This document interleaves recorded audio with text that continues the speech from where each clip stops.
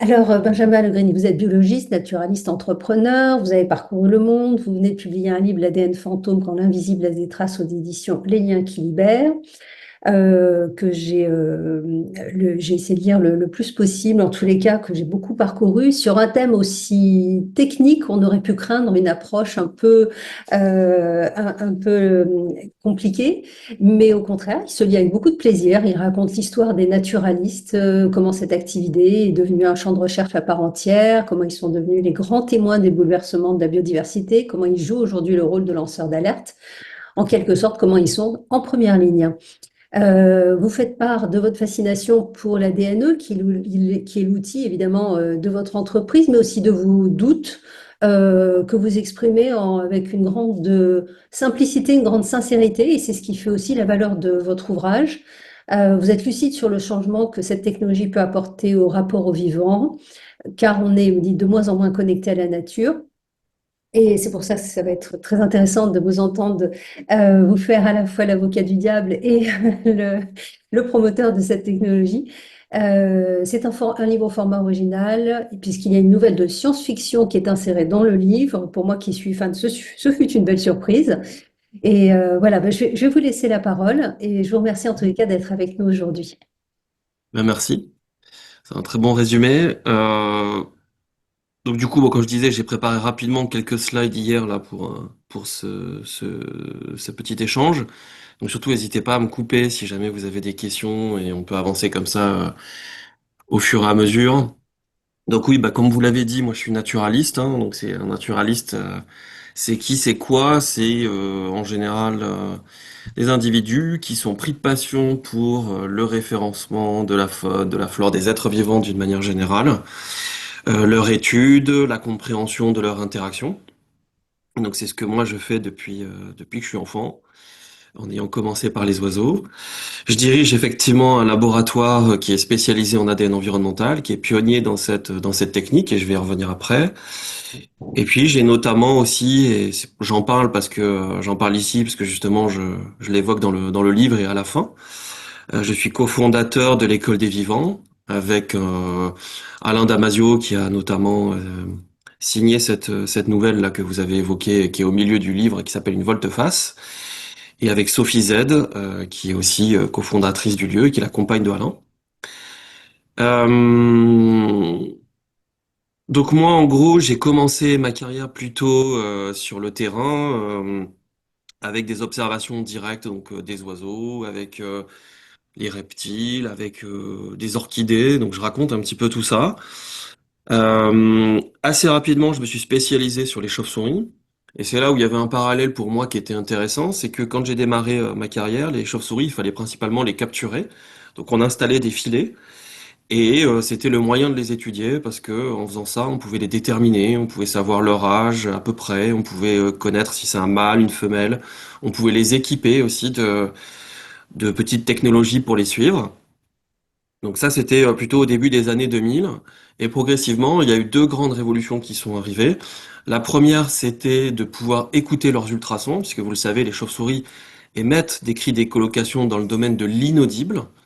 Et donc, grâce à ces appareils, à ces détecteurs d'ultrasons, j'entrais dans le monde de l'audible et de l'inaudible, du coup. Donc, il y a un peu ce parallèle avec l'ADN invisible versus invisible qui était intéressant pour moi. Et ça a été une énorme révolution pour les spécialistes des chauves-souris, puisque on passait parfois des nuits sans jamais attraper une seule chauve-souris.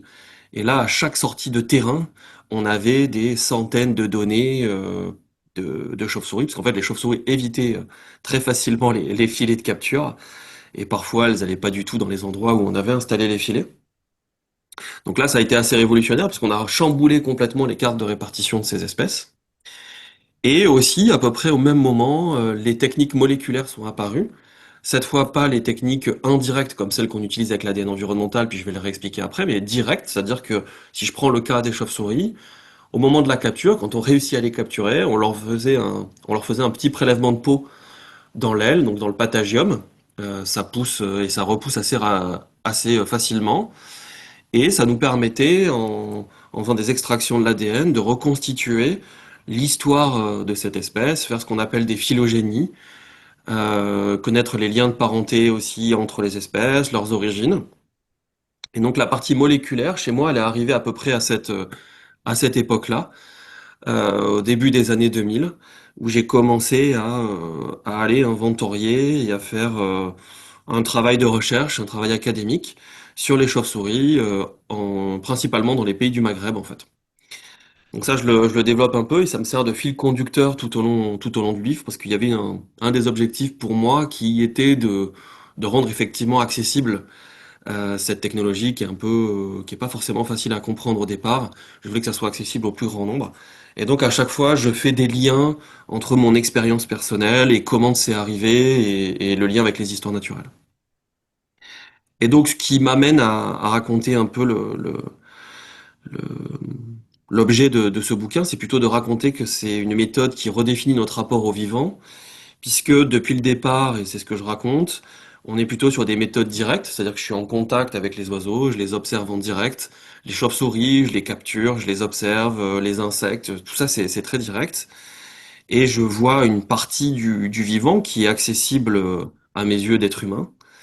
Et grâce à l'ADN environnemental, maintenant j'ai accès à toute une partie du vivant qui m'était totalement inaccessible. Ce qu'il faut avoir en tête, hein, c'est que plus de 90% des êtres vivants font moins de 5 millimètres. Donc en réalité, une grande partie du vivant nous est totalement invisible. Et donc on a accès à la fois à ces espèces qui sont très petites, mais on a aussi accès à toutes les traces que vont laisser les espèces qui sont pour le coup même visibles avec nos yeux. Donc un mammifère marin, je vais le réexpliquer un peu après. Donc ça c'est le démarrage. Ce que je raconte aussi, et ça rejoint un peu parce que là moi j'ai une barre qui permet pas de tout voir, je sais pas si vous aussi c'est bon, ouais, voilà. Ce que je raconte, c'est que voilà, j'ai utilisé des jumelles, il y a des guides qu'on connaît tous qui permettent de les identifier, d'identifier les oiseaux. J'ai bagué beaucoup d'oiseaux aussi, donc ça rappelle la partie un petit peu directe. Mais tout ça, ça induit des biais sensoriels et des biais méthodologiques. Hein. C'est que finalement, on ne voit qu'une toute petite fraction du vivant et qu'il y a un besoin d'aller observer tout ça et qu'il fallait accéder à l'invisible. Et pourquoi on a besoin d'accéder à cet invisible?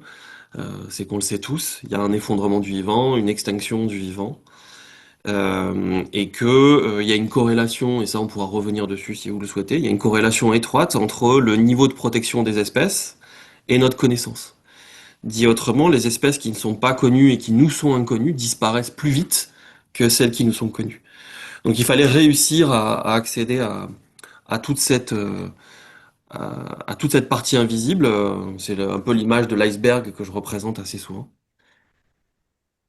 Elles disparaissent essentiellement parce qu'il n'y a pas de budget qui sont attribués à la protection de ces espèces non nommées ou non Ouais. identifiées, Ouais, c'est non exactement ça. pour des raisons financières. Ouais, c'est ça. C'est-à-dire qu'en fait, on voit qu'il y a une corrélation étroite entre l'identification de l'espèce, son évaluation statutaire. Hein. Est-ce que c'est une espèce menacée? Est-ce que c'est une espèce protégée ou pas? Et pour ça, il faut qu'elle soit connue. Et les moyens financiers qu'on y met. Ça me permet de rappeler que donc on connaît aujourd'hui à peu près. Donc ça, c'était les estimations du Catalogue of Life de 2023-2024, c'est environ 2,3-2,5 millions d'espèces, tout confondu, qui est connu. On estime quelque chose entre 8 et 12 millions d'espèces inconnues, c'est probablement plus que ça en réalité. Et dans ces 2,3 millions d'espèces connues, il y en a que 2,5% qui font l'objet d'une évaluation par l'Union internationale de la conservation de la nature. Donc il y en a même une toute petite fraction dans les espèces connues qui sont aujourd'hui évaluées statutairement et pour lesquelles on accorde une attention particulière. Quand vous dites 12 millions d'espèces estimées, vous parlez du monde animal uniquement? Végétal et animal, c'est tous les Élevage règnes, tout hein, tous les confondu. règnes qu'on a, bien sûr, Mhm. y compris D'accord. les prokaryotes, mais on met très certainement que c'est sous-estimé. On raconte souvent cette histoire du 80-20%, 20% connu, 80% inconnu. Sauf que quand on regarde par exemple le monde marin, qui est un univers qui nous intéresse beaucoup, on tombe plutôt en dessous des 10% de ce qui est connu. Donc en fait, il y a des secteurs sur Terre où ces connaissances-là sont beaucoup plus parcellaires que d'autres. Donc on a vraiment un enjeu à améliorer cette connaissance, puisque actuellement, ces espèces, hein, ça on a pu le mesurer, elles ont disparu en général avant même qu'on les ait décrites. Et les taux de description des espèces sont très très longs. Chez les mollusques, par exemple, ça a été étudié, il faut 20 ans en moyenne pour faire la description. Quand on dit ça, c'est entre le moment où ça a été collecté par un naturaliste, par un expert, et le moment où il y a une description en bonne et due forme qui va paraître dans un journal scientifique, parce qu'il y a un code de zoologie, hein, qui cadre très précisément comment on décrit les espèces. Et donc parfois, ce qu'on s'aperçoit, c'est que 20 ans après, on fait la description, on revient sur le lieu où elle avait été découverte originellement et elle n'y est plus. Donc ça disparaît très très vite. Et donc voilà, il y a tout ça qui fait que il fallait accélérer. Et si je reviens à la genèse de l'ADN environnemental, comment est apparu? En premier lieu, c'est dans les années 80, c'est un chercheur américain qui s'appelle Andrew Ogram, qui est dans une université au Tennessee, aux États-Unis, et qui lui s'intéresse aux prokaryotes, donc ce sont les bactéries, notamment les bactéries. Et il cherche plus précisément à étudier l'écologie de ces espèces-là, les communautés bactériennes qu'on pourrait retrouver dans des sédiments. Et donc forcément, il est contraint par cette question de l'invisible, hein. Les bactéries ne se voient pas à l'œil nu, il faut des appareils, il faut les élever pour réussir à les observer traditionnellement. Et c'est là il a eu cette idée de dire, bah, si je retrouve des bactéries, dans les bactéries il y a de l'ADN, et donc je vais pouvoir faire de l'extraction, de l'amplification de cet ADN, et je vais les identifier de cette manière-là, non pas en allant chercher des individus cibles, comme on le faisait depuis le départ, c'est ce que je racontais. Par exemple, je mets mon filet, j'attrape une chauve-souris, je fais un prélèvement dessus, ça c'est une méthode classique d'ADN. Lorsque je le fais par ADN environnemental, je vais prélever un sédiment, donc je ne sais pas ce qu'il y a à l'intérieur, et je vais faire le séquençage du vivant. Et donc les microbiologistes se sont appropriés très rapidement cette technique. Pendant plus de 20 ans, c'est eux qui ont fait de l'ADN environnemental. Ils étaient confrontés à ces micro-organismes. Et c'est au début des années 2000 où deux chercheurs, donc c'est principalement Francesco Fisetola et Alice Valentini, Alice qui est une de mes collègues au laboratoire. Francesco, lui, il a travaillé sur la grenouille taureau. Alice, elle a travaillé sur Luce Isabelle.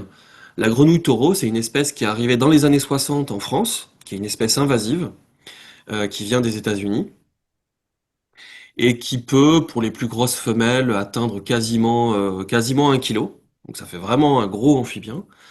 Et il a comme particularité, cet amphibien, d'être assez vorace, de consommer les autres amphibiens, de consommer un paquet d'organismes qui, eux, sont autochtones.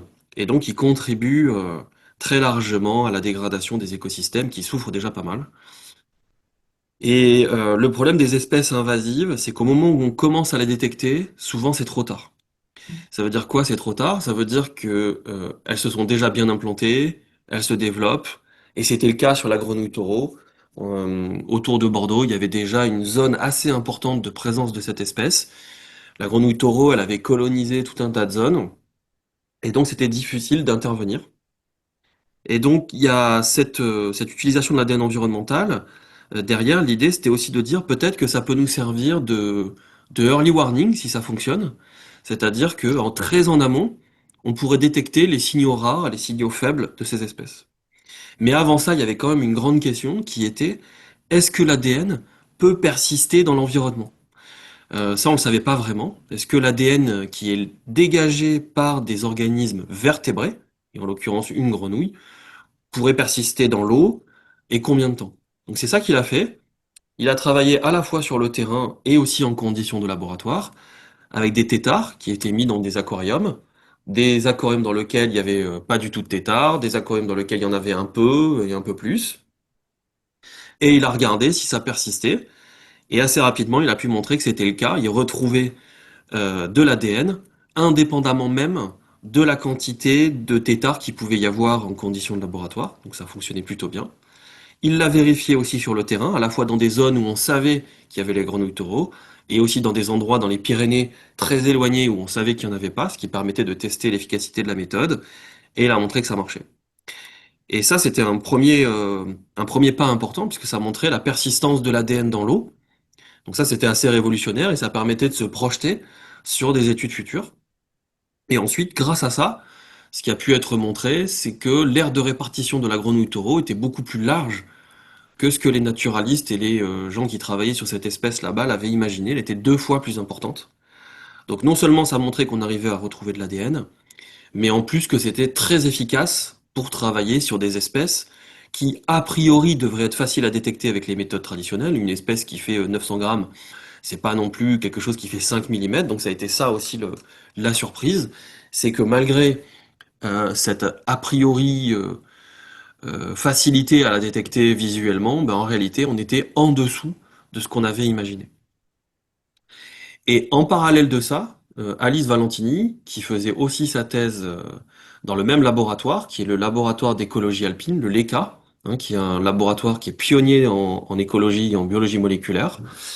Et Alice, elle avait une autre problématique qui était que l'ours Isabelle, alors l'ours Isabelle, il est de la même famille que l'ours brun qu'on a dans les Pyrénées, hein, c'est très très proche, c'est une sous-espèce qui vit dans l'Himalaya, qui est assez petit par rapport aux autres membres de sa famille. Il fait 1 à 2 mètres maximum. Et d'ailleurs, la légende du Yéti viendrait de cette espèce-là. On pense que ça viendrait de l'ours Isabelle. Mais par contre, il a le taux de reproduction le plus faible chez les mammifères terrestres. Il est connu pour avoir sa première reproduction à peu près à 8 ans, donc ce qui est très tardif. Et ensuite, il va faire un petit, peut-être deux. La moyenne, c'est 1,3 tous les 5 à 7 ans. Donc c'est extrêmement faible. Et c'est ce qui fait que la population d'ours Isabelle aujourd'hui, elle n'est pas très grande, elle n'est pas très conséquente et elle est surtout très menacée. Donc il y avait un enjeu aussi là à comprendre pourquoi cette espèce se reproduit peu. Et une des hypothèses qui était avancée, c'était son régime alimentaire. On savait que c'était une espèce herbivore puisque ça avait été observé. Mais on ne savait pas dans quelle proportion. La plupart des ours, hein, vous le savez, sont, contrairement à ce qu'on imagine, en tout cas en Europe, sont pas du tout carnivores, hein, ils sont plutôt omnivores, à tendance plutôt à consommer des végétaux. Mais là, chez l'ours Isabelle, c'était quasi exclusif, c'était ça qui était imaginé. Et donc pour étudier son régime alimentaire, vous n'avez pas 40 options. Il y a une première option qui est vous vous mettez dans les endroits où il vit et vous l'observez à la jumelle et vous essayez de regarder qu'est-ce qu'il consomme. Et ça prend énormément de temps et c'est fastidieux. Une autre manière d'étudier le régime alimentaire, c'est chez les êtres vivants, bah, c'est de leur ouvrir le ventre et de regarder les contenus stomacaux. Et ça, bah, sur une espèce menacée, on peut imaginer que c'est pas génial, et surtout sur une espèce de ce type. Et l'autre méthode qui était utilisée, c'était de récupérer les excréments, et avec une loupe de botaniste, vous essayez de regarder ce qu'il y a à l'intérieur. Sauf que bah, je vous fais pas un dessin, vous avez déjà vu une bouse de vache, et bah, vous avez beau être le meilleur des botanistes, bonne chance pour déterminer les plantes qui sont à l'intérieur. Et donc c'est là que il y a eu cette idée pour Alice d'utiliser l'ADN environnemental. Donc elle a extrait les excréments, non pas pour savoir qui avait fait ces excréments, puisqu'on le savait déjà, parce que ça aurait pu, on retrouve l'ADN bien sûr de l'ours dessus, mais surtout pour déterminer toutes les plantes qu'avait consommées l'ours Isabelle. Et ce qu'elle a montré, c'est que ça a fonctionné même très bien. Elle a pu déterminer toutes les espèces de graminées qu'avait consommé l'ours. Et c'était ça un peu la révolution et la découverte, c'est qu'en fait, il consomme des graminées qui sont peu calorifiques et qui expliquent une partie des conditions physiologiques de cet ours, qui explique une partie de son taux de reproduction un peu faible. Et une fois qu'elle avait fait ça sur l'ours, elle l'a décliné sur des espèces beaucoup plus petites. Donc elle le fait par exemple sur le tétralyre dans les Alpes, elle l'a fait sur une marmotte qui vit dans l'Himalaya, elle l'a fait sur des escargots et elle l'a fait sur des criquets. Donc il n'y avait plus besoin, pareil, de prélever l'escargot ou le criquet, on récupérait juste ses excréments, et à partir de là, on pouvait étudier son régime alimentaire. Donc au-delà de l'intérêt scientifique des résultats, c'est surtout la démonstration que l'ADN persiste, et ça peut être étendu à d'autres groupes. Donc la partie bioacoustique à la biologie moléculaire, ça je l'ai déjà expliqué, et je vais vous montrer un petit schéma pour bien visualiser ce que c'est que l'ADN environnemental et qu'est-ce qu'on entend par là. Les schémas que je vais vous présenter après, ils sont extraits d'un guide qu'on vient de sortir avec un programme qui s'appelle VigiLife, qui est un observatoire mondial de la biodiversité. Et ça, c'est un guide qui explique comment étudier la biodiversité marine par ADN environnemental. Ça a été fait par un collectif d'acteurs publics et privés. Et donc là, il est désormais en ligne gratuitement pour le consulter. Donc j'ai repris ce schéma que je trouvais assez sympa. Donc la production d'ADN, il vient d'où? Il vient des êtres vivants que vous voyez. Ça peut être des organismes marins, donc type la baleine. Ça peut être un requin. Ça peut être des poissons. Ça peut être des algues. Tous ces êtres vivants-là, à un moment donné, ils vont laisser des excréments dans l'eau, ils vont uriner, ils vont perdre des cellules, perdre des bouts de peau, ils vont faire des mauvaises rencontres, ils vont respirer, donc ça va faire passer dans les branchies tout un tas de cellules, et tout ça, ça va se retrouver dans l'eau, et c'est ça qu'on va venir récupérer. Il y a un autre apport qui est mentionné là dans ce schéma et qu'il faut pas oublier, qui est un des effets importants, c'est par exemple les stations d'épuration. Donc les stations d'épuration vont rejeter aussi dans l'eau des traces d'ADN. Et ça, c'est un point important parce que c'est un motif de contamination. Donc c'est là où, dans l'interprétation, il y a des choses assez importantes. Je vais vous donner un exemple assez caractéristique. Dans le port de Cannes, assez régulièrement, quand on fait nos inventaires, mais je prends Cannes, mais j'aurais pu dire d'autres, mais ça va vous parler, vous allez voir, on retrouve de l'esturgeon. L'esturgeon, pourquoi on retrouve de l'esturgeon qui n'est pas du tout une espèce qui vit là normalement? C'est parce que il y a probablement des gens dans les bateaux qui consomment du caviar et qui doivent soit rejeter les eaux usées dans le port, soit rincer les boîtes de caviar, et donc on retrouve les traces d'ADN de ces êtres vivants dans le port. Donc il est important après derrière, et ça j'y reviendrai, au niveau bioinformatique, de faire le tri entre ce qui va relever de la contamination et de ce qui va relever de ce qui est réellement présent dans votre écosystème. Je vais vous donner un autre exemple qui cette fois n'est pas marin. Pendant les fêtes de Noël, si vous faites des inventaires dans le Rhône, vous allez retrouver énormément de coquilles Saint-Jacques. Donc vous allez retrouver des traces d'ADN de cet être vivant-là. Vous allez retrouver beaucoup de saumon. Bon ben voilà, ça c'est l'exemple typique de stations d'épuration et de contamination qui peuvent se retrouver dans les milieux aquatiques. Alors j'ai vu, Sébastien, que Benjamin, ouais, au Royaume-Uni, ouais, un chercheur britannique avait donc utilisé 25 machines qui étudient la pollution de l'air, hein, des capteurs, et a mhm, fait des découvertes impressionnantes. Il aurait découvert plus de des centaines d'espèces sur des filtres échantillonnés. Ça, c'est mhm, pour l'air, en fait, aussi. Vous ouais, le faites aussi dans l'air et dans... ouais. Bien Je, sûr. je vais y venir après sur les différents écosystèmes, mais voilà, disons que le plus simple aujourd'hui pour se le représenter, c'est dans l'eau. Vous imaginez toutes ces molécules d'ADN qui circulent, Mhm. et elles ont leur propre écologie aussi. Il y a un certain nombre de facteurs biotiques et abiotiques qui vont dégrader l'ADN. Donc biotiques, ça peut être par exemple des champignons, ça peut être des bactéries qui vont dégrader ces molécules d'ADN.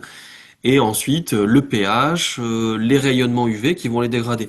Donc l'ADN en conditions naturelles va persister de quelques heures, ça c'est les tests qu'on a pu faire, à plusieurs jours, dans un milieu type une mare dans lequel il y aurait des amphibiens par exemple.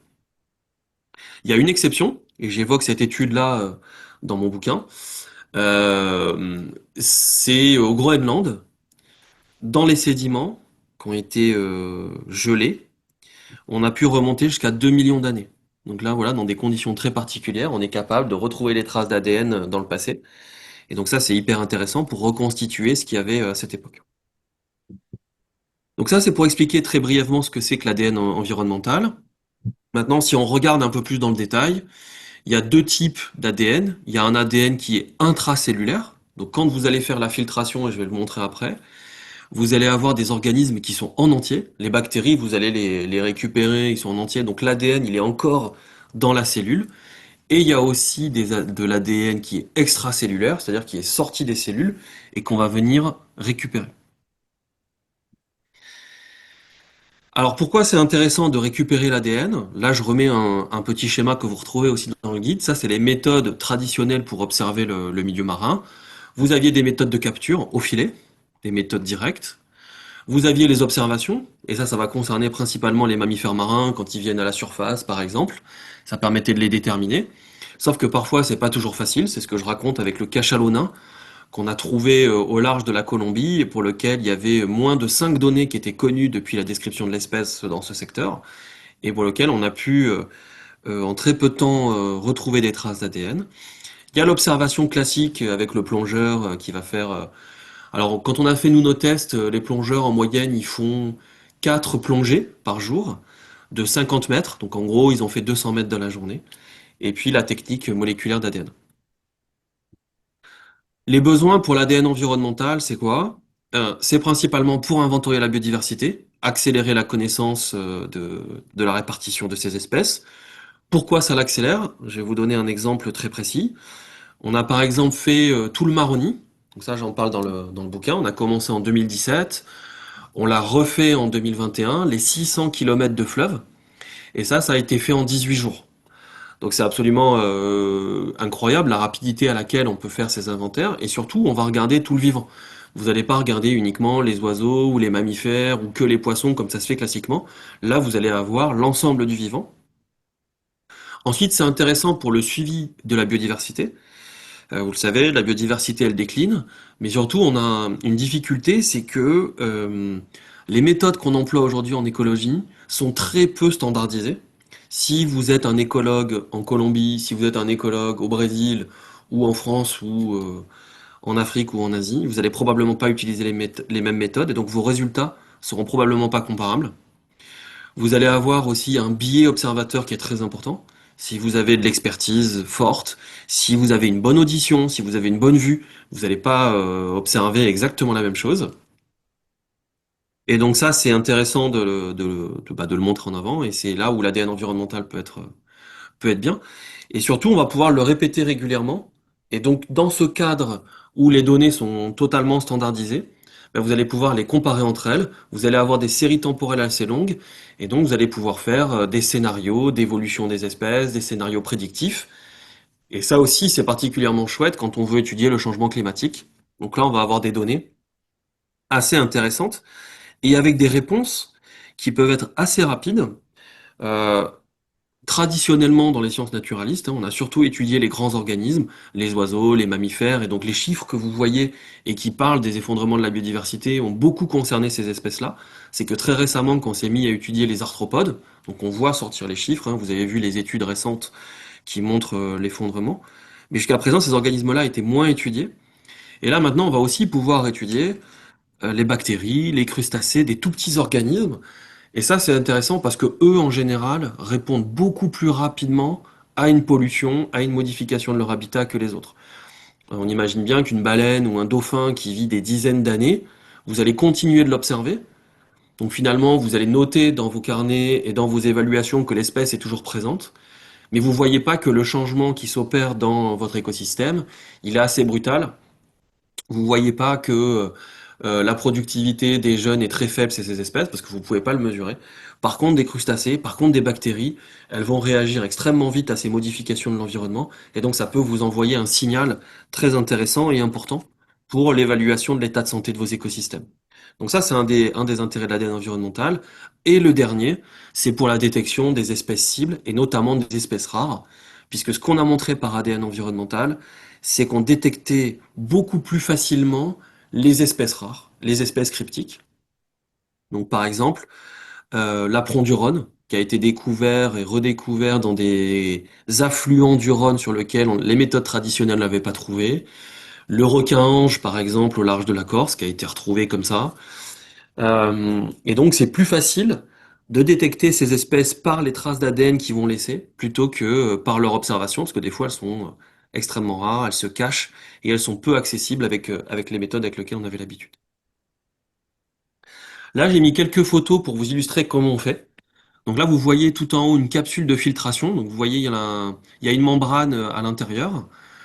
Et c'est cette membrane-là qui a une porosité variable, hein, qui fait de 0,4 à 0,25 microns à peu près, 0,20. Donc on va faire passer à l'aide de la pompe péristaltique que vous voyez en dessous et les petits tuyaux avec une crépine. On va les mettre dans l'eau et on va faire passer dans nos filtres plus de 30 litres d'eau. Et donc c'est là que toutes les molécules et tous les organismes vont être retenus. Ensuite, on y ajoute une solution tampon qui va permettre de préserver à température ambiante tous les brins d'ADN et tout ce qu'on a mis à l'intérieur de cette capsule. Ça aussi, c'était assez révolutionnaire, puisqu'avant, il fallait se trimballer un frigo, il fallait se trimballer des conditions de froid pour préserver l'ADN. Là, vous pouvez le faire en conditions ambiantes. Donc, on l'a fait aussi bien dans des écosystèmes froids que tropicaux, en Afrique, en Asie ou en Amérique latine, par exemple, sans que ça dégrade l'ADN et en le préservant dans des bonnes conditions. Euh, Ce qui est important aussi d'avoir en tête, c'est qu'il y a une corrélation bien sûr étroite entre notre capacité à détecter les espèces rares et le niveau de filtration. Donc ce qu'on voit, c'est que plus on filtre, plus on est capable de détecter des êtres vivants rares. Et ça, c'est très important à comprendre pour les protocoles d'ADN environnemental. Aujourd'hui, il y a du monde qui fait de cette technologie, qui l'utilise, mais tout le monde n'est pas encore sur cette question de la filtration et de combien de litres à filtrer. Donc voilà, moi je tiens à le rappeler que c'est assez important. Et ensuite, point clé, faire ça dans des conditions stériles, mettre des gants pour éviter les risques de contamination. Ça aussi, c'est quelque chose qu'on a appris avec le temps. C'est qu'on peut retrouver des brins d'ADN pendant un moment et surtout, nous, on peut emmener et contaminer les échantillons parce que, j'en sais rien, vous avez un chien, un chat chez vous et vous allez retrouver ces brins d'ADN-là dans les échantillons que vous avez prélevés sur le terrain. Donc là, j'ai mis quelques illustrations pour montrer des collaborateurs qui sont au laboratoire et montrer la dimension un petit peu technique. Nous, on travaille sur deux approches sur l'ADN environnemental. Il y a une approche spécifique. Donc là, vous allez faire un prélèvement sur le terrain, vous allez l'extraire, vous allez l'amplifier et vous allez avoir le résultat. Donc ça, c'est assez classique. Et ensuite, une approche multispécifique où là, en fait, on va faire un prélèvement de terrain. Et ce qu'on va regarder, c'est l'ensemble du vivant ou c'est certains groupes. Par exemple, tous les mammifères marins, par exemple, tous les poissons, par exemple, toutes les bactéries. On va extraire l'ADN, on va l'amplifier. Donc, et ensuite, on va le séquencer et on va avoir une analyse bioinformatique qui va nous permettre de connaître les résultats. Le séquençage de l'ADN, c'est quoi? Je pense que vous le voyez, hein, vous avez des lignes A, C, G, T. C'est une manière de numériser ces brins d'ADN, cette biologie. Donc ça vous fait des lettres et vous allez les comparer avec une base de référence que vous avez. Donc soit c'est des bases de référence qui sont publiques, hein, il y a EMBL, il y a GeneBank, qui sont accessibles à l'échelle mondiale. Donc on a référencé le vivant. Et vous allez faire tourner des modèles qui vont vous permettre de dire, bah tiens, ça c'est plutôt du tigre du Bengale, ça c'est plus telle espèce. Donc c'est une sorte de librairie qui va intégrer le vivant qu'on a déjà séquencé. Il se trouve qu'en laboratoire, on fait aussi nos propres bases de référence, puisqu'il n'y a pas toujours des références de qualité sur ces bases de données publiques, donc on les fait aussi à part. Mais ça, c'est une des principales frontières, on va dire ça comme ça, à l'ADN environnemental. C'est-à-dire que vous ne pouvez identifier que ce qui a déjà été séquencé. C'est-à-dire que toute la part du vivant inconnu, vous allez avoir une séquence et on va vous dire, bah, c'est inconnu. Peut-être qu'on va vous pouvoir dire, ça se rapproche plutôt de tel type d'organisme, mais vous n'allez pas pouvoir identifier ce qui n'a jamais été dans une banque de référence. C'est un peu comme une empreinte digitale. Vous faites une banque de référence d'empreintes digitales, vous avez trouvé un criminel, s'il n'y a pas son empreinte digitale à l'intérieur, vous n'allez pas pouvoir l'assigner à quelqu'un. Bah là, on fonctionne exactement de la même manière avec l'ADN environnemental. Donc ça, c'est un point important. Et pour vous donner une idée, et je parle de cette étude aussi dans le bouquin, c'est une étude de Michael Statt. Il a fait ça, c'est un Australien, un chercheur australien, il a pris un litre d'eau, et dans ces 1 litre d'eau, il a trouvé à peu près 25 millions de séquences d'ADN. Et dans ces 25 millions de séquences d'ADN, il y en avait quasiment, alors je vais simplifier, quasiment 85% qui nous étaient totalement inconnus. C'est-à-dire on ne savait pas à quoi l'attribuer, ni à des organismes eucaryotes ou prokaryotes.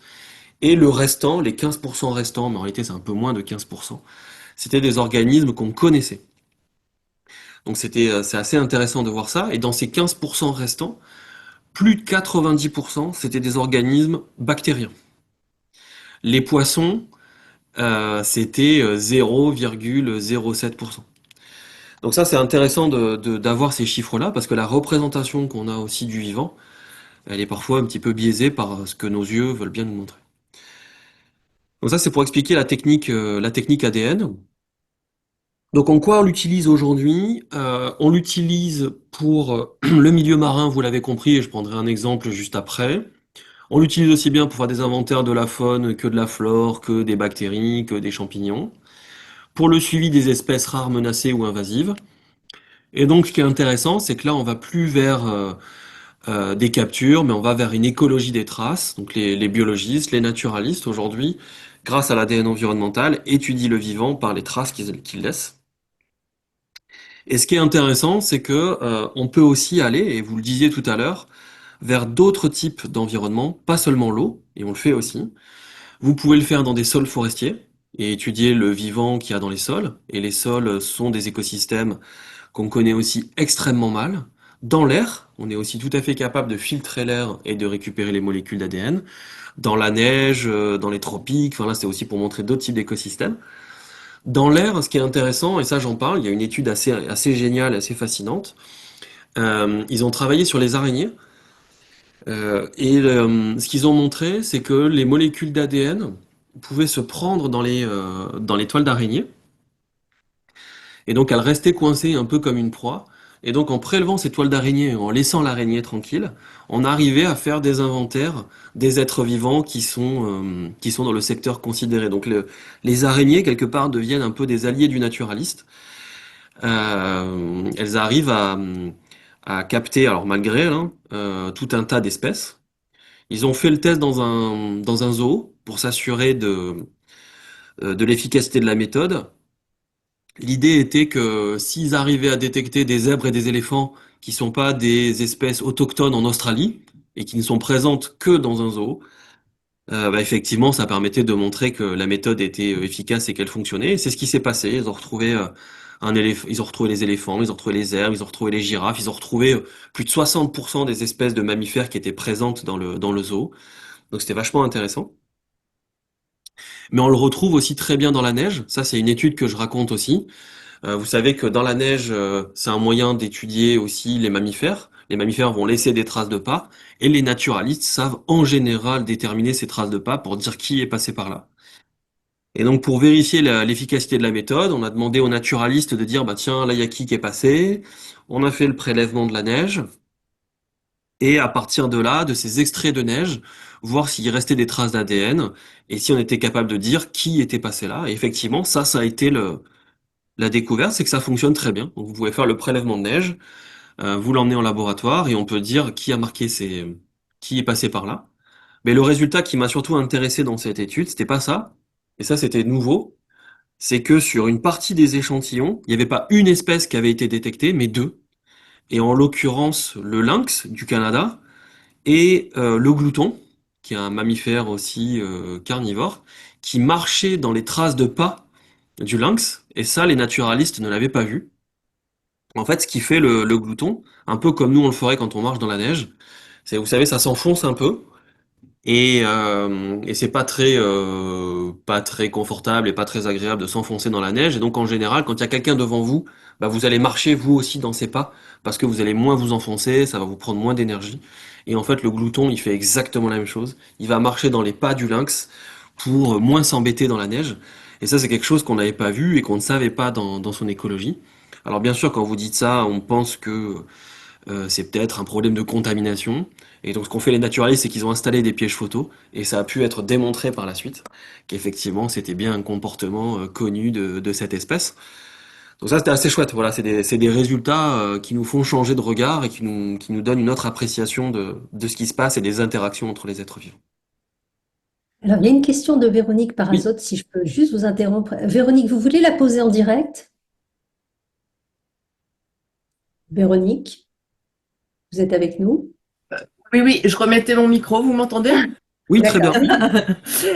oui. Merci, c'est vraiment c'est fascinant, très bien expliqué. Et mais alors je me posais une question parce que quand vous disiez on a fait le marronnier, mais vous avez répondu après, ça veut dire qu'en fait vous prenez une longueur, vous filtrez et vous détectez ce qui est présent et pas sur cette portion d'eau analysée. Mais du coup, avec cette approche, on a une info sur présence ou non d'une espèce et à condition de la retrouver dans la banque de données, mais on n'a pas du tout de quantification. Et est-ce donc, je vous vois hocher la tête, donc, donc non, il n'y a pas de quantification. Mais par contre, est-ce qu'il y a des moyens de quantifier, par exemple, sur une espèce invasive, bon, on la détecte, mais voilà, il y en a peut-être pas beaucoup, ou est-ce qu'on a un moyen de mesurer la pression de cette espèce? Hmm. Alors en fait, en écologie, d'une manière générale, il n'y a pas vraiment de méthode quantitative. C'est-à-dire que on a toujours cette impression.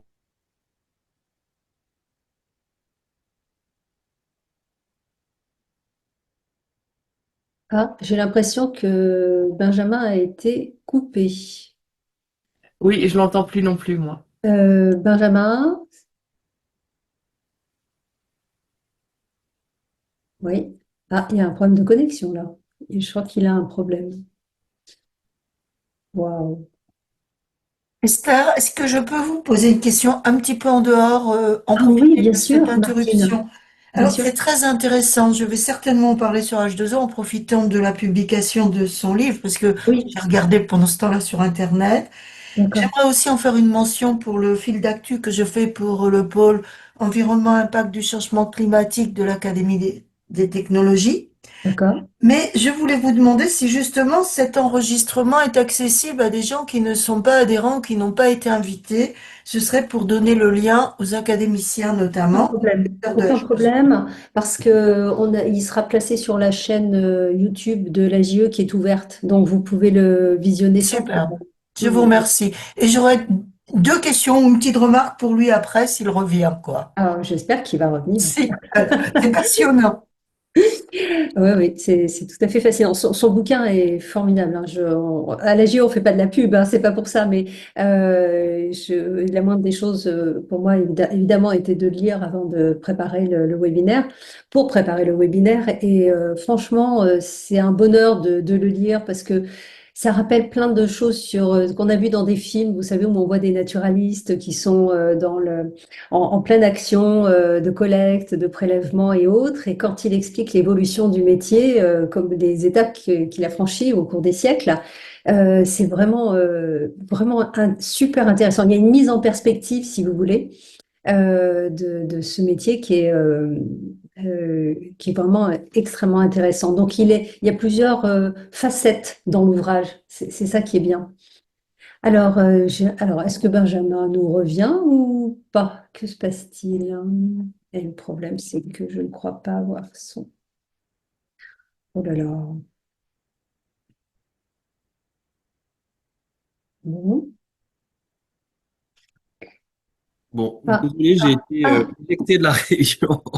Euh, Benjamin, merci de nous revenir. oui, donc Euh, ouais, ce que je disais, c'est que je me suis perdu. Donc pour étudier les poissons, classiquement, ce qui était fait en eau douce, c'était des pêches électriques. Donc vous vous mettez à un endroit, vous envoyez de l'électricité, les poissons y remontent et donc vous pouvez les compter de cette manière-là. Mais en réalité, c'est qu'un point d'échantillonnage, hein. Vous n'allez pas avoir tous les poissons de toute la rivière, heureusement, qui remontent. En Guyane, la difficulté qu'on a, c'est que l'électricité conduit assez peu dans un certain nombre de cours d'eau, et donc ce qui était utilisé, c'est la roténone, donc c'est une molécule toxique qui, pour le coup, tue les poissons. Donc là, vous pouvez bien les compter, hein, ils s'échapperont pas. Et c'est aussi du semi-quantitatif. C'est là où je voulais y venir. Donc en fait, par ADN environnemental, ce que vous pouvez faire, c'est la même chose. C'est du semi-quantitatif, c'est-à-dire que vous n'allez pas avoir une quantification précise, mais vous allez avoir des fourchettes d'abondance. Donc vous allez pouvoir dire, c'est entre 100 et, j'en sais rien moi, X, sur la base du nombre de lectures de séquences d'ADN que vous avez. Donc voilà, c'est des estimations, c'est encore très parcellaire aujourd'hui, mais c'est ce que vous pouvez faire. Si on veut réussir à vraiment aller sur du quantitatif, il faudrait qu'on réussisse à déterminer par l'ADN les individus. Donc ça, c'est quelque chose que j'ai pas évoqué depuis le début. c'est que quand vous faites vos analyses d'ADN, ce que vous allez faire, c'est que vous allez déterminer uniquement les espèces. Aujourd'hui, technologiquement parlant, on n'est pas encore capable d'aller vraiment jusqu'au stade de l'individu. Vous allez pouvoir dire c'est, j'en sais rien moi, le mérou, l'espèce de mérou X, mais vous pouvez pas dire que c'est telle espèce, tel individu de l'espèce de mérou. Je sais pas si je suis clair dans ce que je raconte, mais vous pouvez pas aller jusqu'à l'individu. Pourquoi? Parce qu'on utilise l'ADN mitochondrial. Vous savez qu'il y a l'ADN nucléaire et l'ADN mitochondrial. L'ADN mitochondrial, il est transmis par la mère. L'ADN nucléaire, c'est les deux. C'est le père et la mère. Et ça, c'est ce qui vous permettrait d'aller jusqu'au stade de l'individu. Alors pourquoi on utilise l'ADN mitochondrial? C'est parce que je fais un peu de digression, mais vous allez voir, ça répond quand même à la question. Parce que l'ADN mitochondrial est beaucoup plus abondant que l'ADN nucléaire. Donc c'est ce qu'on réussit à capturer le mieux, hein, c'est jusqu'à 1000 fois plus. Euh, on va y arriver, c'est-à-dire que technologiquement, il y a des essais qui sont faits aujourd'hui en laboratoire et en conditions naturelles qui permettent de trouver l'ADN nucléaire et donc d'arriver jusqu'au stade d'individu. Donc ça va être vachement intéressant, notamment pour travailler sur des espèces de dauphins, par exemple, où vous voulez savoir où est-ce que les femelles ont mis bas, où est-ce que les jeunes vont s'alimenter. Donc ça va vous permettre de tracer individuellement toutes les espèces et donc d'en arriver demain à des estimations d'abondance qui sont plus fines. Mais aujourd'hui, on n'est pas capable de le faire au-delà de ce que je viens de dire. Je sais pas si ça répond à la Tout à question, mais... fait. Merci beaucoup. Et Martine Lebec, vous voulez parler, Martine? Oui, c'est ça. Alors, Benjamin a partiellement répondu à ma question qui était initiale, parce que je ne savais pas, je découvre un peu, qu'il y avait déjà des banques de données aussi développées. Alors, je m'étais dit que la frontière, c'était justement de pouvoir avoir une banque de référence, quoi. Hmm. Et qu'est-ce qu'on peut faire pour développer cette banque de données? Qui la développe pour l'instant? Est-ce que ça devrait pas être des programmes comme le programme des Nations Unies pour l'environnement, en mettant un petit peu l'ADNE, un petit peu comme un bien commun, en obligeant les laboratoires, même privés, à contribuer à Ouais, l'enrichissement des bases de données?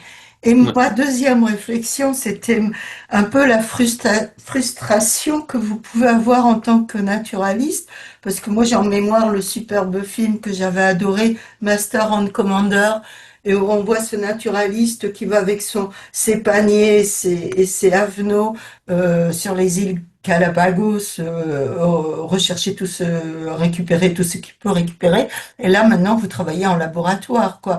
En Hmm. 8 jours, vous avez fait les 600 kilomètres du fleuve Maroni. Voilà, c'est C'est tout. ça. Alors, je vais répondre d'abord à la question de la base de données et sur la partie Oui. naturaliste à l'ancienne, j'y reviens parce que c'est vraiment le pivot dans le bouquin. J'y reviendrai après. Sur la partie base de données, vous avez entièrement raison. Donc, normalement, quand vous voulez faire une publication scientifique, aujourd'hui, vous êtes obligé de mettre ces séquences d'ADN en ligne et les partager à tout le monde. C'est obligatoire, ça permet de vérifier les données. Et ça permet d'améliorer les connaissances scientifiques. Donc il y a un enjeu derrière, pardon. C'est pour ça que vous avez GenBank qui est américain, EMBL qui est européen, parce que derrière, on peut faire plein de choses de ces données. GenBank est la base qui était beaucoup utilisée par les chercheurs il y a quelques années, et progressivement les Européens sont en train de se tourner vers cette question-là, parce qu'il y a un enjeu aussi de souveraineté derrière la connaissance et la donnée génétique. Et donc ensuite, comment on fonctionne traditionnellement? Vous avez plusieurs manières de faire. La première, c'est vous le faites sur vos fonds propres. Et à ce moment-là, quand vous êtes un laboratoire, mais c'est pareil en fait, que ce soit public ou privé, euh, le partage de la donnée génétique ne se fait pas toujours instantanément ou de manière spontanée. Si vous êtes un chercheur académique, vous allez vouloir partager votre donnée, bien sûr, mais vous ne le ferez qu'après avoir publié vos résultats. Parce qu'il y a quand même une compétition qui s'opère dans un univers académique. C'est à celui qui publie. Et donc, vous attendez de publier vos résultats pour les partager. Dans le privé, ça peut être ça, et ça peut être aussi parce que vous avez investi beaucoup d'argent pour pouvoir faire ces bases de référence, et donc ça vous permet de garder un avantage concurrentiel au moment où vous faites les analyses. Sauf que dans les faits, très souvent, vous allez utiliser les collections publiques Par exemple, l'exemple que vous avez donné tout à l'heure dans Master et Commander du naturaliste qui a parcouru le monde et qui a fait des prélèvements, ces naturalistes, ils ont mis ces individus dans des collections, dans des grands muséums qui sont stockés. Et donc, quand on veut faire ces bases de référence, on va sur ces collections-là, on fait un prélèvement, on le séquence, et à ce moment-là, le deal, il est bien évidemment que la donnée redevienne publique. Donc, quand même, l'essentiel des données deviennent publiques à un moment donné. Il y en a une partie qui est privée, mais ça reste, je pense, marginal aujourd'hui pour ces raisons-là. Il y a des programmes internationaux comme Barcode of Life, qui sont des programmes canadiens. C'est un programme canadien, pardon, qui propose de séquencer tout le vivant, mais sur la base d'un seul gène. Et donc aujourd'hui, c'est assez disparate en fait. Il y a plein d'initiatives un peu de tous les côtés. Euh, Sur la partie naturaliste, j'y reviens juste après, c'est comme ça expliquera et ça fera le pivot. Là, la carte que j'ai mise, c'est pour vous donner une idée d'un autre programme assez important qu'on a fait, qui s'appelle BiodivMed. Là, c'est pareil, c'est un consortium d'acteurs publics et privés. Il y a l'Agence de l'eau Rhône-Méditerranée, l'Université de Montpellier. Voilà, il y a plusieurs organismes. Et donc là, il y a plus de 700 points qui ont été faits sur plus de 2000 kilomètres de côte d'inventaire. Donc là, c'était une première mondiale. Aucun inventaire de cette taille n'avait jamais été fait et aussi rapidement, et pour lequel il y a les poissons, les mammifères, les crustacés qui ont été regardés, là déjà à court terme. Les données vont être rendues publiques bientôt. Ça sera annoncé soit avant, soit pendant l'UNOC. Au mois de juin, là, on va mettre en ligne une plateforme qui va s'appeler Vigimap, donc dans le cadre du programme Vigilife. Et donc toutes les données seront rendues publiques. Donc là, vous allez cliquer sur un de ces points et vous verrez, par exemple, sur telle commune, qu'est-ce qui a été observé. Et notre espoir aussi, c'est que, à force de le répéter, on puisse voir des tendances et qu'on sache, ben tiens, quelle commune a fait des efforts sur la préservation de la biodiversité, à quel endroit ça s'améliore, à quel endroit ça se dégrade, à quel endroit les espèces invasives apparaissent.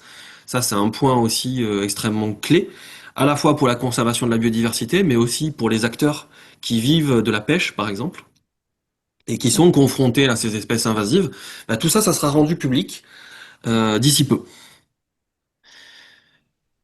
Donc voilà un peu le lien. Et donc, dans le bouquin, ce que je raconte, et ça va faire ma transition, c'est que moi, quand j'ai démarré ce livre, évidemment que j'étais hyper enthousiaste par les découvertes qu'on faisait, parce que je suis plongé là-dedans et je vois à quel point c'est révolutionnaire. Et, euh, et ça nous offre la possibilité de voir le monde autrement et tel qu'on l'a jamais vu, donc c'est assez incroyable. Et en tant que naturaliste, j'étais hyper excité par ça. Et en même temps, je vois bien la distance que ça met et le froid que ça procure. Mais le déclic, et ça je le raconte dans le bouquin, je l'ai eu lors d'une balade que j'ai fait avec l'écrivain de science-fiction Alain Damasio, qui a fait cette nouvelle à l'intérieur du livre, et une philosophe du vivant qui s'appelle Vinciane Després. Et donc on était tous les trois, et même tous les quatre, puisqu'il y avait sa chienne Alba, et pour ceux qui connaissent Vinciane, voilà, elle a toujours sa chienne avec elle.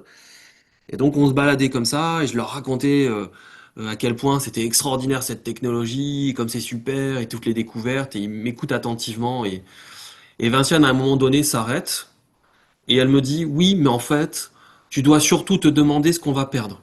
Parce que c'est très bien, on gagne plein de choses, on voit bien, mais qu'est-ce qu'on va perdre avec ça? Et Alain, il renchérit là-dessus, il dit bien sûr, il faut arrêter avec cette fameuse neutralité technologique. Pour ceux qui connaissent les travaux d'Alain Damasio, Alain, il est très ancré dans ces questions-là, de ce que provoquent les technologies, euh, dans sa dimension à la fois le pouvoir qu'on va gagner, mais aussi la puissance. Et ça, c'est ce qu'on perd en puissance. Donc le pouvoir, c'est la capacité incroyable de détection qu'on a, mais la puissance, c'est ce qu'on va perdre, par exemple, en autonomie. Voilà, ça c'est Jacques Ellul aussi qui a travaillé là-dessus. Donc j'invoque un peu tous ces philosophes de la technique. Et donc quand j'ai eu cette discussion-là avec eux, ça m'a fait un déclic assez important. Je me suis dit, bah ouais, ils ont raison. Je peux pas être à la fois promoteur de cette technologie et raconter uniquement que c'est génial.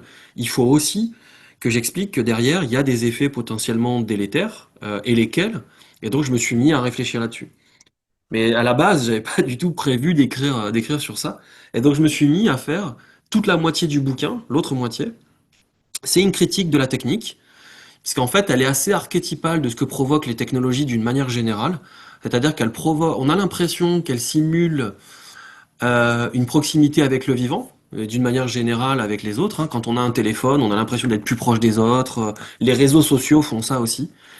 Mais l'ambivalence que ça provoque, c'est une mise à distance. Quand vous utilisez des réseaux sociaux et des téléphones, en fait, vous avez utilisé un médium technologique, et c'est ça que fait l'ADN environnemental. Vous utilisez une technologie qui va vous permettre de recenser le vivant, qui va vous mettre à distance avec ce vivant. Vous allez être au laboratoire, et donc vous allez perdre ce contact direct.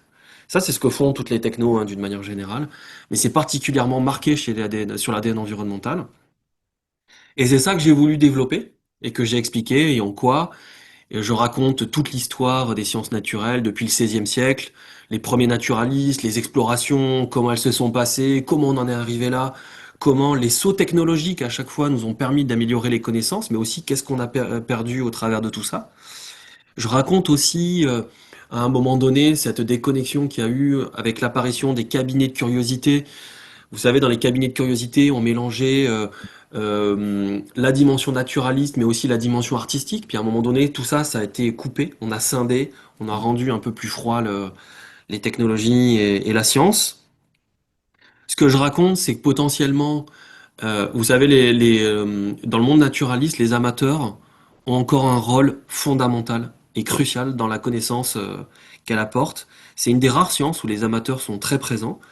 Si je prends par exemple le cas des insectes, 60% des descriptions d'insectes aujourd'hui sont réalisées par des amateurs, donc par des gens qui sont des non-professionnels. Il y a un tissu de naturalistes amateurs qui est très fort dans le monde, en France aussi, et qui contribue à la connaissance de la biodiversité, qui a des connaissances très fines en botanique. Et je raconte que peut-être que demain, sous prétexte d'efficacité, on pourrait perdre tout ça, on pourrait perdre le champ lexical qu'on utilise en botanique. On le voit bien, hein, il y a des applications que vous avez sur votre smartphone, par exemple PlanteNet, qui vous permet de déterminer automatiquement vos espèces. Vous avez des outils comme Merlin qui vous permettent aussi d'identifier automatiquement les oiseaux. Et ce qu'on sait, c'est que notre cerveau, il est fait comme ça. À partir du moment où il sait qu'une technologie peut faire quelque chose à notre place, on le délègue très très facilement et on finit par le perdre. Qui est capable aujourd'hui de se déplacer dans Paris quand il a jamais mis les pieds sans un GPS? Voilà. Je pense que plus grand monde utilise une carte. Ça veut dire quoi? C'est que notre sens d'orientation, on l'a totalement délégué à une technologie et progressivement, on est en train de le perdre. Alors, il y a les plus nostalgiques qui utilisent encore les cartes. Certains le font. Alain Damasio, par exemple, le fait. Il n'a pas de téléphone, il n'utilise jamais de smartphone. Donc, quand on se retrouve dans Paris, je suis toujours bluffé par le fait qu'il arrive à se repérer dans Paris tout seul et sans City Mapper ou je sais quelle application. Moi, par exemple, je l'ai totalement délégué et je suis incapable de me repérer comme ça. Donc, c'est un peu ça que je questionne. Et donc, à un moment donné, dans le livre, il y a cette bascule, et la nouvelle d'Alain Damasio, elle est là pour ça. Elle n'est pas là comme un espèce de trou normand pour digérer toute la dimension technique au départ, ou pour faire bien, parce que ça serait Alain Damasio. Non, en fait, c'est un thriller, une nouvelle, qui vient nous questionner sur l'ADN environnemental. Elle est vraiment sur l'ADN environnemental, et elle est censée, en tout cas c'est comme ça que ça a été imaginé, instiller un peu cette idée que finalement, après avoir fait un long éloge sur la techno, peut-être il y a un risque autour de cette technologie. Qu'est-ce que ça pourrait être? Et comme il est auteur de science-fiction, ben, il peut se permettre d'aller plus loin que moi j'aurais osé le faire, parce que je cherche à rester quand même dans un cadre assez académique des connaissances. Je ne suis pas allé au-delà de ça. Et donc, cette nouvelle, elle arrive là, et là, il y a un point de bascule, où moi, je change de regard, je fais cette critique, pour arriver à la fin vers une question qui est assez fondamentale, qui est notre lien avec le vivant, parce que c'est ça qui vient questionner la technologie, c'est ce lien avec le vivant qui est en train de se perdre, qu'on est tous en train de perdre collectivement, et qui nous inhibe, qui nous, à mon avis, ralentit notre capacité d'action et notre envie d'agir envers le vivant. On le sait, il y a une corrélation étroite entre l'expérience avec le vivant et l'envie d'agir. Ça a été particulièrement montré chez les gens qui font de la conservation de la nature. On sait que toutes ces nouvelles technologies qui sont en train de nous arriver, parce que là je parle de l'ADN environnemental, parce que j'ai pas le temps de raconter toutes les autres technos, mais je le raconte, les drones, enfin, il y a plein de l'IA, l'imagerie satellite. Il y a plein de technos qui sont en train de nous arriver. Et elles sont ultra performantes, elles sont efficaces. Et c'est pas le sujet, ça marche vraiment bien. Et ça a un intérêt vraiment par pragmatisme. Mais en même temps, ça désengage parce que les gens qui œuvrent dans la conservation de la nature, ils ont aussi besoin de ce lien affectif, cette dimension sensorielle aussi forte, sensible avec le vivant, pour agir, pour avoir envie de se battre dans un contexte où il y a un backlash écologique énorme, où il y a un retour en arrière sur plein de choses. Et donc c'est ça que je viens questionner. Je viens questionner en disant, bah attention, ces technologies, elles arrivent, elles sont super, et il ne s'agit pas de dire qu'il ne faut pas les utiliser, mais il ne faut pas que ça devienne les technologies ou les méthodes traditionnelles. Hein, il faut rester dans le et systématiquement pour pas perdre ce lien avec le vivant. Et je me sers de ça pour en parler d'une manière générale de ce lien qui disparaît. Il y a encore un article là qui est sorti il y a pas très longtemps, qui est sorti cette année, qui montre que dans les 25 pays les plus industrialisés, on a perdu, en tout cas les gens se déclarent comme ça, entre 40% et 60% des gens se déclarent totalement déconnectés du vivant. Ils n'ont plus aucune connexion avec le vivant et ça s'accélère chez les jeunes.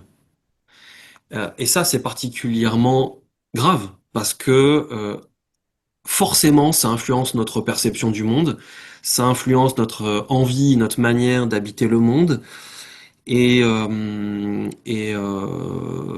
et ça va pas aller en s'améliorant en fait. Il y a ce qu'on appelle l'amnésie environnementale, qui fait que finalement on oublie hein, ce qu'il y avait avant. Bah tout ça, c'est lié à cette extinction et à cette expérience du vivant. Donc voilà la transition que je fais, une première partie du bouquin où je raconte un peu toutes les découvertes extraordinaires qu'on a faites pendant ces quelques dernières années et en quoi c'est incroyable d'un point de vue de la conservation de la nature et tout ce que ça a permis de faire. Et puis à un moment donné, ce switch pour arriver vers un questionnement autour de notre lien avec le vivant. Vous nous enverriez le lien ou l'article que vous venez de citer, Benjamin? Bien sûr, avec plaisir, je vous l'envoie puis vous le transférez, ouais. Ouais, Euh, il est très récent, hein, il est sorti il y a peu de temps, juste avant que je puisse que je sorte mon livre, donc je l'ai pas mm. intégré dedans. J'ai vu passer ces chiffres, effectivement, très, Ouais, très alarmants de ouais, déconnexion avec la nature. Et on ne peut pas Mm. s'empêcher de penser aux enfants qui sont élevés en appartement, qui ne savent pas ce que c'est qu'une forêt, qui ne ouais. savent pas ce que c'est. C'est Euh, c'est un énorme problème pour moi, c'est même le problème majeur. L'IPBES en parle, hein, vous voyez ce que c'est l'IPBES, j'imagine. D'accord. Ils en parlent en disant que cette crise du lien avec le vivant est Mm. une des causes racines de la perte de biodiversité. Moi, j'en suis convaincu, c'est un de mes combats personnels, c'est de ramener vers ce contact avec le vivant. C'est aussi pour ça que je m'investis à l'école des vivants. Je me sers de l'école des vivants dans le bouquin pour raconter tout ça, hein, et en quoi c'est intéressant de le faire et comment on peut le faire d'un point de vue. Je viens pas juste en faisant un constat, j'explique quels sont les outils qu'on peut déployer pour retrouver ce lien avec le vivant, en conjuguant notamment une dimension artistique et scientifique, parce que ça c'est l'essence même de l'école des vivants, c'est la conjugaison de l'art, de la science et de cette vision politique, mais politique pas au sens politicien, au sens pluriel, poli et où on fait plein d'exercices passionnants qui permettent de retrouver cette expérience du vivant. Moi, je suis toujours Elle est où? surpris. Elle est où cette école des vivants? Elle est à Sisteron, enfin à Saint-Génier particulièrement. Mhm. Donc c'est un lieu qui fait, il y a 1500 mètres carrés de bâtisse, donc c'est assez grand et on a 50 hectares de terrain. Et donc on fait des stages comme ça. Donc moi, il y en a un que j'anime avec Vinciane Després et Floriane Pochon. Et en fait, on vient tous les trois faire ce que je viens de dire, c'est-à-dire apporter, moi j'apporte la brique scientifique et naturaliste, Vinciane apporte la dimension philosophique et politique, et Floriane apporte la dimension artistique, et on fait comme ça plein d'ateliers qui permettent de comprendre ce que c'est que cette fameuse culture du vivant qu'avait évoqué Baptiste Morisot. En fait, on a pris le concept de Baptiste Morisot, de cette culture du vivant qui dit, globalement, on a un enjeu qui est de retrouver cette culture du vivant dans nos sociétés. Cette culture du vivant, c'est quoi? C'est comme la culture de la gastronomie qu'on a en France, c'est la culture du jazz, c'est la culture du foot qui est très présente. Mais cette culture du vivant, c'est quand à table, en famille, on en vient à parler du pivert et du chevreuil qu'on a dans le jardin. Ça, qui fait ça aujourd'hui? La plupart des gens ont perdu ce lien-là, ben, il faut le retrouver. Parce que ce qu'il dit, c'est que la culture du vivant est directement corrélée à la culture des luttes, du fait de lutter et de se battre pour ce vivant. Et donc, ce qu'on essaye de faire, c'est de décliner opérationnellement, concrètement. On prend le concept philosophique et on le met en œuvre à l'école des vivants, au travers de plusieurs stages. Et moi, je suis surpris de plusieurs choses à chaque fois. C'est à quel point ça fonctionne. Et c'est incroyable, les gens, comment ils vivent ça et qu'est-ce qu'ils en pensent et de les entendre là-dessus. Mais je suis aussi très surpris à chaque fois de cette déconnexion que j'avais pas imaginée. Moi, quand je démarre les stages, très souvent, je me mets un peu la pression en me disant, tiens, il faudrait qu'on observe des aigles, il faudrait qu'on observe des loups, pardon, ou des espèces un peu rares. Et en réalité, on n'en est pas du tout là. On en est à même des espèces communes qu'il faut réussir à remontrer. Et donc, j'ai toujours beaucoup de plaisir à faire ça et je trouve ça génial et c'est fascinant de voir ce que ça produit. Mais c'est aussi aller en rivière, se baigner en rivière et sentir tout ça. Donc voilà, je raconte cette dimension sensorielle, en quoi elle est importante. Et ça ramène tout simplement à ceux qui ont fait de la philosophie, à Merleau-Ponty, la phénoménologie, tout simplement. L'importance du corps dans l'apprentissage, l'importance du corps dans cette dimension sensible. C'est-à-dire qu'on ne peut pas faire appel qu'à la mémoire logico-scientifique. Il faut aussi aller puiser autre chose, parce que les chiffres, en tout cas c'est ma conviction aujourd'hui, on n'arrête pas d'égrener des chiffres, 63% de moins d'insectes en Angleterre les 3 dernières années, etc. Et ça provoque aucun déclic. Donc il faut aller chercher autre chose. Il la faut, mais il faut aussi autre chose. Et ce autre chose, c'est ce que je raconte dans le livre. Voilà. C'est absolument fascinant ce que vous dites parce que moi, alors, pardon de ramener les choses à moi, quand j'arrive dans un endroit, dans la nature ou en ville, assez vite, je repère les espèces invasives. Et ça peut être n'importe quoi, hein. Ça peut être le mina commune, ça peut être des perruches, ça peut être... et ça donne on voit la vie à travers un prisme différent.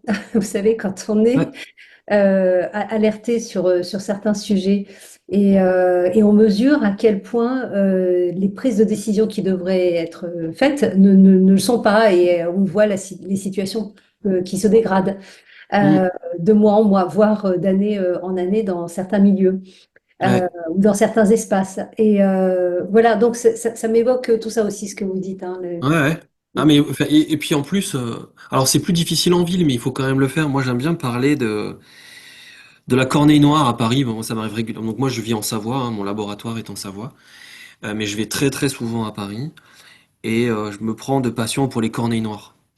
Et il y a un auteur et un chercheur d'ailleurs, c'est un professeur du Muséum d'histoire naturelle de Paris qui s'appelle Frédéric Giguet, qui a sorti un livre très sympa que j'aime beaucoup qui s'appelle Que vivent les corneilles ou Vive les corneilles, je sais plus exactement, mais vous retrouverez aux éditions Actes Sud. Et donc il raconte toute l'histoire des corneilles noires qui sont pourtant un oiseau commun ou a priori pas grand-chose à dire dessus. Et il les bague. Et donc elles sont baguées, et si vous allez dans Paris, vous allez voir, il y en a plein qui ont des bagues aux pattes, donc on peut retracer leur histoire, on peut savoir quand est-ce qu'elles ont été baguées, où est-ce qu'elles ont été vues, par qui. Mais ce qu'il raconte, c'est aussi à quel point elles sont capables d'identifier et de reconnaître les gens. C'est-à-dire qu'elles arrivent à individualiser les êtres humains. À tel point que lui, quand il va se balader dans le jardin des plantes, il est aujourd'hui obligé de se déguiser, donc il met des lunettes, il met un masque, parce qu'elles le reconnaissent. Et donc ça dit beaucoup de choses en fait. Je trouve que ce truc-là, il dit beaucoup de choses. Il y a quelque chose qui passe dans le regard de ces corneilles. Et donc on peut retrouver aussi cette connexion avec le vivant par des êtres vivants qui sont a priori communs en ville. C'est ça que je voulais exprimer au travers de cette idée. Et qu'on n'est pas obligé non plus d'aller au fin fond de la montagne pour retrouver cette connexion-là. Mais elle est indispensable, il faut retrouver un moyen de la créer, quoi. Donc c'est cette dimension sensible que je discute voilà, dans le bouquin. D'accord. Est-ce qu'il y a d'autres questions ou est-ce que vous avez d'autres Oui, slides? Ah oui, oui, oui, Véronique. j'en ai une. Enfin, j'ai une remarque. Alors, c'est vrai, la déconnexion des gens des villes, entre guillemets, par rapport à la nature. Et il y a du coup beaucoup d'initiatives qui se font d'emmener dans le cadre scolaire, dans des fermes pédagogiques, dans des zoos, dans des conservatoires. Mais du coup, c'est effectivement bien, mais du coup, ça focalise sur des espèces un peu emblématiques. C'est-à-dire que tous les gamins savent reconnaître un zèbre, un lion, et ont une surreprésentation, voilà, ou des perruches par rapport à d'autres oiseaux, parce qu'on les parce qu'il y a un côté spectaculaire, et je sais pas comment dire. Alors que finalement, ce que vous dites, la reconnexion avec la nature, c'est d'aller dans une pâture et de s'asseoir au milieu et de regarder ce qui se passe. La, je suis désolée qu'on termine toujours sur des problématiques quand on parle d'environnement. C'est d'une Ouais, mais tristesse absolue. Et en même temps, il y a des voies de sortie, mais je veux dire, faut rester toujours optimiste. Mais c'est pas évident de reconnecter à une nature juste simple, quoi. Vous voyez ce que je veux ouais. dire? Mais c'est pour ça que je parlais des corneilles, parce que pour le coup, c'est une nature Hum, assez simple pour moi, en tout cas, c'est ce que je pense. Mais c'est aussi apprendre à s'émerveiller, par exemple, d'une araignée qu'on a chez soi, de comprendre qu'une araignée, elle vit dans un monde vibratoire, de travailler sur ce que Deleuze définit comme les percepts. Voilà. Et donc, mais c'est pour ça que là, présenter comme ça, c'est un peu compliqué pour moi et on n'aurait pas beaucoup de temps, mais ça passe par des exercices qui sont pas seulement de faire de l'émerveillement. En fait, tout l'enjeu, pour moi, il est il faut faire passer des concepts, comme on est en train de le faire là, et c'est ce que je suis en train d'expliquer. Deux, essayer de recréer des affects, d'accord? Les affects, c'est un sentiment et quelque chose qu'on va retrouver et qui va être important chez nous, mais aussi et surtout des percepts. Hein, c'est ça que j'essaie de définir et que j'expliquais au travers de mon histoire d'araignée. Et pour ceux qui connaissent le petit texte de Deleuze sur la tique, sur les percepts, ça c'est absolument génial à relire. Et le dernier point, c'est la narration. C'est l'histoire qu'on va englober. Et c'est tout ça qui nous permet, je crois, hein, de retrouver cette expérience du vivant. Emmener juste des enfants observer des perruches, je suis pas certain que ça soit suffisant. Il faut vraiment qu'il y ait ces quatre, parce que vous allez peut-être créer des affects, mais vous n'allez pas forcément permettre à l'enfant de se mettre à la place de la perruche et de comprendre quel est son univers et quel est son monde et de se mettre à la place d'eux. Donc il y a plein de choses sur lesquelles il faut travailler. Euh, un autre élément pour comprendre ça, c'est aussi, par exemple, quand on écrit, vous êtes journaliste, la manière dont on écrit peut aussi faire passer des émotions. Si vous avez déjà lu Moi, je trouve que Vinciane le fait vraiment bien, en tout cas dans ses deux derniers bouquins, Au bonheur des morts ou Habiter en oiseau, elle utilise ce qu'on appelle la voix moyenne. Vous voyez ce sujet de la voix moyenne et ça permet de faire passer des émotions, ça permet de... C'est un des outils qui, par exemple, permet de répondre à tout ce que je viens de dire. Euh, la voix moyenne, vous voyez ce que c'est, hein? C'est par exemple quand on va non. dire, euh, par exemple, le chien est battu ou le chien se fait battre. Bah, au lieu d'écrire ça, on va écrire le chien se voit battu. D'accord? Et donc, si vous vous répétez cette phrase-là, le chien se voit battu, c'est une forme syntaxique qu'on appelle la voix moyenne. Et en fait, c'est censé, si vous la répétez, en tout cas moi, ça me provoque ça chez moi, ça provoque d'autres affects, vous vous mettez à sa place et vous arrivez à faire passer une émotion qui est différente que de dire, tiens, le chien est battu.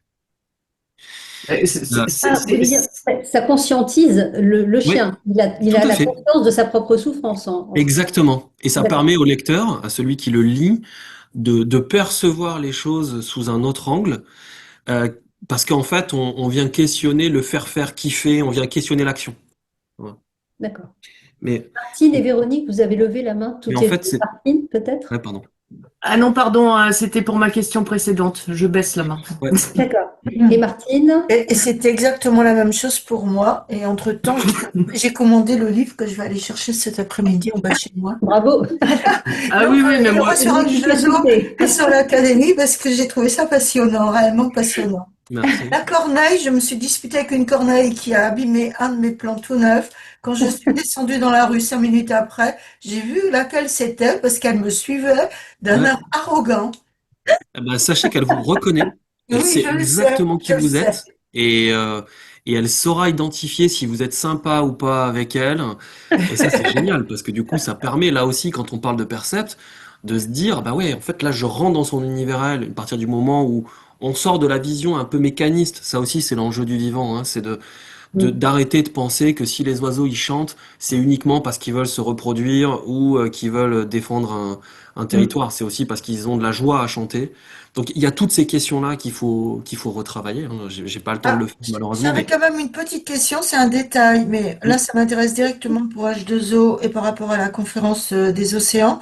Le programme qui a été financé par auquel a collaboré l'agence Rhône-Méditerranée, c'est quoi le nom? Biodiv Med. Biodive. Ah, Ah oui, d'accord. Voilà, biodive. C'était Biodiv Med. BioLife. D'accord. Voilà. Et Biodive Med. Il y a Sylvie Ligny qui souhaiterait poser une question. Oui, oui, oui. Alors, excusez ma voix parce elle est un peu partie, un peu loin. Moi, j'avais deux questions. Euh, alors, moi, je suis plus spécialiste du végétal. Mhm. euh, et je dirais que le végétal souffre du fait que on ne le voit pas et il bouge pas. Donc, il a encore un capital, à part les arbres, un capital enfin, pas de non-sympathie, mais d'invisibilité encore plus fort que la faune. Bon, ça, c'est une chose. Mm. Ce que je voulais dire, c'est euh, cet émerveillement, faut pas le perdre. Moi, j'ai été bercée par la hulotte depuis mon Ouais, plus jeune âge, moi et je aussi. dois dire que c'est ce qui a fait que j'adore Ouais, observer. Euh, je suis et d'accord. aujourd'hui, la déconnexion, je pense qu'elle arrive pas parmi les plus petits, parce que les plus petits, ils sont toujours émerveillés. Mais ça arrive à partir de l'adolescence et les jeunes adultes. Et les adultes retrouvent cette forme de curiosité lorsqu'ils ont des enfants en bas âge.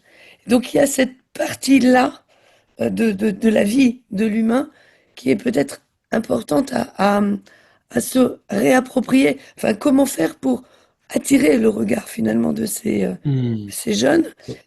Et je sais que c'est le métier aussi qui peut apporter, qui peut être un élément intéressant dans cette reconnexion.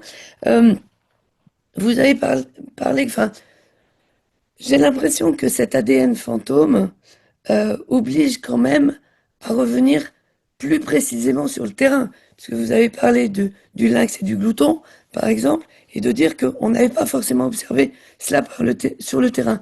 Mais ça oblige les chercheurs à revenir sur ce terrain.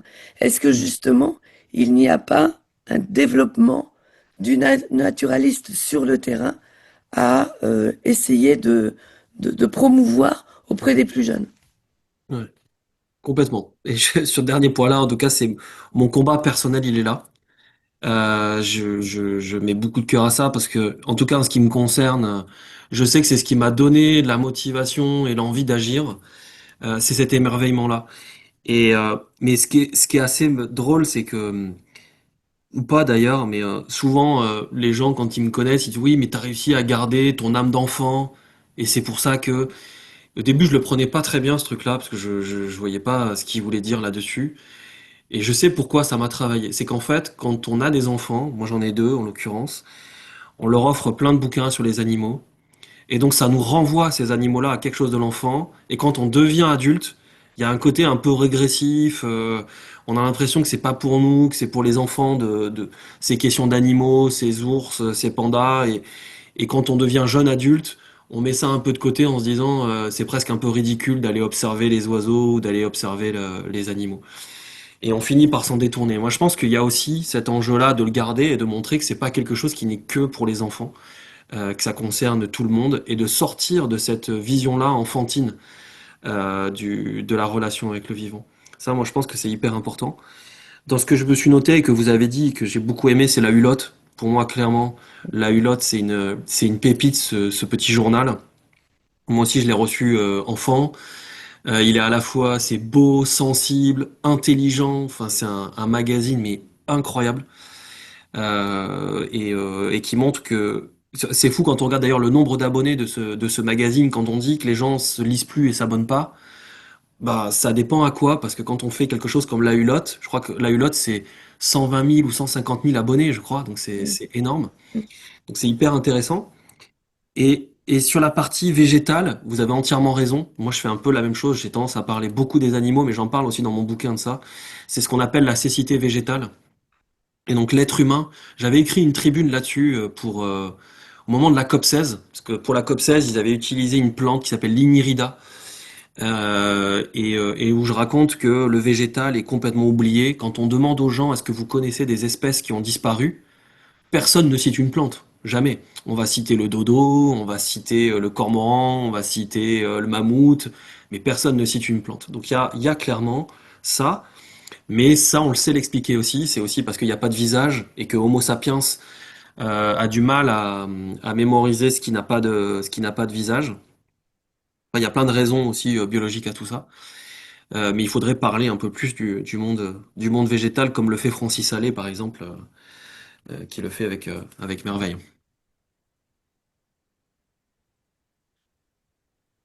Merci beaucoup, Benjamin. Est-ce qu'il y a d'autres questions ou... Ah, Véronique à nouveau ou... Ouais, moi c'était juste une remarque peut-être pour finir. Ça rejoint deux problématiques, c'est qu'on a érigé la technologie versus des choses qui se passent naturellement et qui nous ont jamais demandé notre avis pour exister. Et aussi la curiosité et la connaissance en fait sur les choses. Les araignées, quand on sait comment elles sont faites, la technologie de leurs yeux. Enfin voilà, dès qu'on connaît, on peut s'intéresser et être fasciné. Et il y a aussi, à mon avis, un point à mettre en avant, c'est l'extrême plaisir qu'on peut avoir Ouais, à se sentir vivant au milieu d'une ouais, vie qui est là, sauvage, entre guillemets. ouais, Moi, je suis une urbaine qui vient de s'installer il y a quelques années à la campagne, à la montagne. Et je m'éclate chaque jour à observer, ouais, enfin, voilà, à ne pas me sentir euh, hors la vie avec un grand V. Enfin, je pense que voilà, mm, le plaisir qu'on peut avoir à se replonger dans la nature est ouais. aussi peut-être un levier. Bon, À enfin, 1000% d'accord. Mais je suis à mais 1000% d'accord. C'est une source pour de ça, il joie faut, il énorme. faut extraire, il faut extraire les jeunes de leurs écrans, et c'est là où c'est un peu, ou les Mm, adultes, parce qu'on en est aussi victime, mais c'est ça. voilà, c'était juste pour souligner ce Ouais. point-là de la joie qu'on peut ressentir. En Ouais. tous les cas, je retiens beaucoup ce que vous avez dit au sujet de l'école Oui. dont vous avez parlé, parce que ma fille, qui est ingénieure dans les énergies renouvelables, est aussi pianiste. Et Mm, elle a impérativement besoin des deux. oui. Elle ne peut pas, enfin, tant la filière scientifique la passionne que la musique, et il lui manquerait l'un des deux, elle aurait l'impression de vivre la moitié de sa vie. Mm, Et c'est pourquoi le format que vous avez indiqué, les programmes que vous suivez, donc ouais. de Ouais, cette bah, c'est exactement vivant, ça. voilà, Mm. m'intéresse Et, particulièrement parce que le concept est génial. bah, d'ailleurs, pour l'illustrer, en fait, c'était d'ailleurs ce que je voulais faire un peu dans le bouquin. C'est pour ça que je voulais mélanger la dimension artistique avec Alain Damasio et la dimension aussi sensible, parce qu'en fait, il y a une texture différente du papier, la couleur est pas la même au milieu. Enfin, on a essayé de travailler un peu sur cette dimension hybride aussi. Mais pour vous donner un exemple de ce qu'on a fait, par exemple à Marseille, il y a pas longtemps, à l'Opéra de Marseille, le week-end dernier ou celui d'avant, je sais plus déjà. Euh, En fait, Alain et Sophie ont lu le texte, accompagnés par un violoncelliste que j'adore, qui s'appelle Gaspard Kloss. Et donc, il a lu entièrement la nouvelle. Et c'était incroyable. Il y avait plus de 200 personnes. C'était magique. Il n'y avait pas un bruit dans la salle, pas un tout sautement. Tout le monde avait les yeux humides. Enfin, c'était Mhm. fou. Et ça, c'est vraiment ce que moi j'espère et que, en tout cas, que j'aime atteindre, c'est la conjugaison de tout ça. C'est-à-dire passer des concepts et puis en même temps, on fait passer beaucoup d'émotions et la musique est un des leviers pour le faire. Donc malheureusement, ça n'a pas été enregistré, donc on peut pas le retrouver sur YouTube, c'est un gros regret. Mais on va le Dommage. refaire normalement au festival Agir pour le vivant, où normalement on va le refaire cet été là. Mais Mhm. c'est ce que vous venez de dire. C'est-à-dire que pour moi, il faut réussir à faire les deux. Et on touche en plus un public autre. Parce qu'en fait, on fait ça, on fait cette. Il y a donc Sophie, Alain et Gaspard font ça. Et ensuite, derrière, il y a un petit débat techniques, philosophiques, scientifiques, pour passer des concepts, pour parler de l'effondrement de la biodiversité, pour parler du plaisir d'observer le vivant. Parce que quand on me lance là-dessus, j'arrive à le faire. Et, euh, et donc je pense que ouais, c'est une clé géniale. Enfin, vraiment. On a pu le constater, Benjamin, et on s'en réjouit parce que ce webinaire était absolument passionnant, qui donne en plus, qui débouche sur plein d'autres idées Génial. de sujets à traiter à la JE, je l'espère avec vous à nouveau. Je crois que nous avons fait un bon tour des questions, sauf si vous voulez ajouter encore quelque chose, bien sûr. Benjamin, on vous écoute. Sinon, alors attendez, je vois questions-réponses. Merci mille fois. Voilà, c'est les remerciements des participants. Merci. Ouais, Sinon, merci. sinon, on vous écoute, Benjamin. Sinon, on vous dit au revoir et à très Non, mais bientôt. avec plaisir. N'hésitez pas si vous avez des questions derrière sur divers sujets, que ce soit l'école des vivants ou sur Oui, l'ADN environnemental, ça sera avec plaisir que j'y répondrai.